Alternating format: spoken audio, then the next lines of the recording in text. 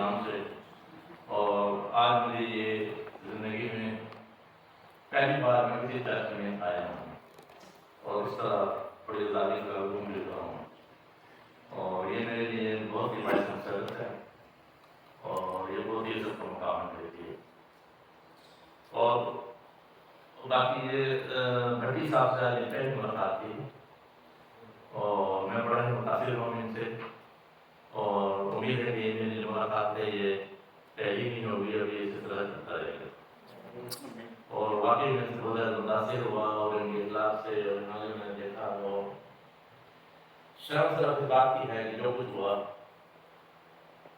اس کا گزارا نہیں کر سکتے، صرف یہ ہم کر سکتے ہیں کہ جی ہم آپ کی دل جوئی کر دیں، آپ کی مدد کر دیں، یہاں پہ بیٹھ کے معافیا مانگ لیں، لیکن اس بات کا گزارا کیا ہے؟ تو میں نے بڑا سوچا کہ کیا کیا جائے، کیونکہ دنیا میں جو قانون بنتے ہیں وہ اسی لیے بنتے ہیں کہ کسی نہ کسی طریقے سے کسی منظور کرنی ہے اپنی تنظیم میں، اور اس کے اندر ہمیں ایک دو تجویزیں رکھنی ہیں جو کہ ہم شاید اس کو پاکستانی کونسلیٹ میں جا کے جمع کریں گے، اور اس میں ایک بڑی سادہ سی تجویز ہے جو مجھے سمجھ نہیں آتی کہ گورنمنٹ نے آج تک اس کو شروع نہیں کی،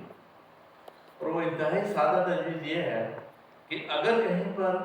اسلام کی بے حرمتی ہوتی ہے یا بائبل کی بے حرمتی ہوتی ہے تو جو فرد واحد اس کو دیکھ رہا ہے اس پہ یہ پابندی لگائی جائے کہ وہ کسی کو نہیں کہے گا علاوہ متعلقہ اداروں۔ اگر یہ قانون بن جائے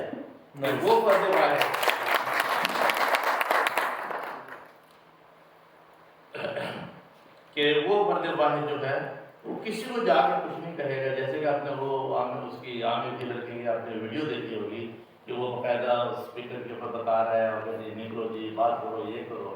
میں یہ سمجھتا ہوں کہ اگر یہ قانون بن جائے، ہو سکتا ہے غیرمنطقی دنیا میں ہر قسم کے لوگ ہیں، مختلف مائنڈ سیٹس ہیں لوگوں کے، پاگل بھی ہیں اور مطلب بیمار بھی ہیں، کچھ ہے، اگر میں کسی کو دیکھوں کہ وہ قرآن کو جلا رہا ہے کچھ ہے تو قانون یہ ہونا چاہیے کہ میں وہ دیکھ کر اس کی جو خبر ہے صرف متعلقہ عدالت کو دوں، نہ کہ میں محلے میں جا کے شور مچا دوں۔ اور جس دن یہ قانون بن گیا میں آپ کو یقین دلاتا ہوں کہ اس قسم کے واقعات میں بہت کمی آ جائے گی، لوگ جو ہیں وہ مطلب مجتہد نہیں ہوں گے اور نہ ہی کسی کا بھی نقصان ہوگا۔ خالی عیسائیوں کا مسئلہ نہیں ہے، پاکستان میں بہت سارے باتیں ہوتی ہیں، وہاں پہ ہندوؤں کے ساتھ بڑا تاکہ مسلموں کے ساتھ بھی ایک دو دفعہ واقعہ ہوا ہے، تو اس مائنڈ سیٹ کو کسی بھی طریقے سے اب ختم تو نہیں کر سکتے، لیکن ایک دو نئی تجاویز دے کے اس کو ہم تدارک کر سکتے ہیں۔ پہلی بات تو یہ تھی۔ دوسری بات یہ تھی کہ میں تنظیم کا جنرل سیکرٹری ہوں، اور میں آپ کو تنظیم کے بارے میں تھوڑی سی بات بتانا چاہتا ہوں کہ ہماری تنظیم 2014 میں اس کی محمود صاحب نے اس کی بنیاد رکھی تھی، اور ان کا مقصد کچھ بھی نہیں تھا، صرف یہ تھا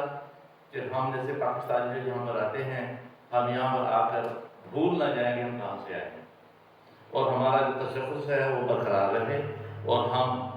ایک دوسرے کو بتا سکیں کہ بھی ہم کہاں سے آئے ہیں، ہمارا تعلق کہاں سے ہے۔